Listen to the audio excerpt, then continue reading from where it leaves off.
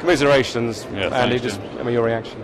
Well, I'm just gutted. I mean, we went in there today believing we had enough votes to get through the first round, and we were quietly confident if we got through the first round we'd go all the way because of the way we thought the votes were going to scan out. The fact we didn't get through the first round is very surprising given the promises that were made to us, but we didn't, so there it is. Tactical voting?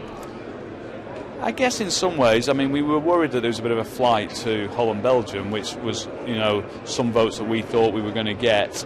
We knew probably we were going to Holland and Belgium, but there were other votes that we thought we were going to get that would have taken us way into the second round and beyond. Some of those didn't materialise. I don't know which ones. It would be nice to know, because when people look you in the eye and promise you something, you tend to hope they'll live up to their word, but clearly that's not happening. It's very early for you to answer this question because obviously you're very raw right now, but how would you sum up this process and I suppose the transparency of it, so the fairness of the process? It's a tough process. I think that running the two World Cups together was clearly a mistake for FIFA because it inevitably led to people with votes in 2018 doing deals with people with votes in 2022, and that always made it very difficult. It meant the best bid wasn't necessarily going to win. And when you look at our technical evaluation, the economic study that FIFA did, the way I think our presentation went today, I've not heard anyone say anything other than they thought we did the best presentation. That's probably not for me to say, but that's what I've been told by other people. You look at those elements and you think, well, we did a lot right. We put a lot of things in place that were right, and then to come out and go out in the first round knowing you did the best bid is pretty disheartening. And I think, maybe that does mean people have got to look at that in the process. If you look at the technical process, the people who got the best bid went out early, the best reviews went out early. The people who seemingly got the toughest reviews seem to have won. Well, 22 voters isn't many. That's a lot of power in each person's hands. Yeah, and it's tough. And I do think, again, that makes it very difficult. 22, one vote either way.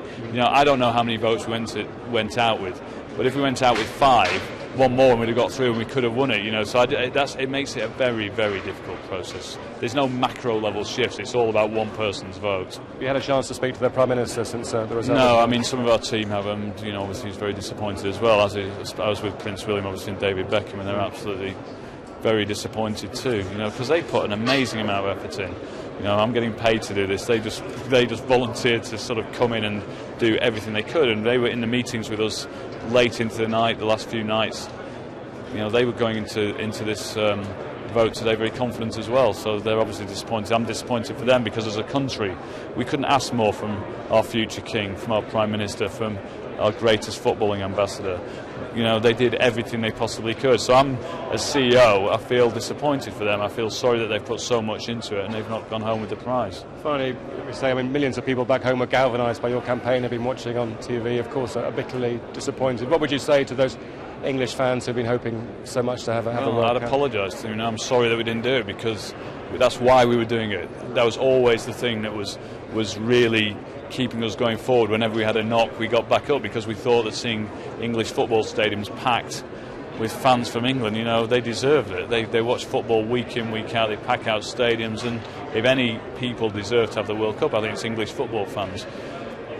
We didn't do it, and I apologise. Well, I can say on my behalf anyway, you've led this campaign through some difficult times with a great deal of dignity, Andy, so thank you very much and best of luck anyway. Thanks.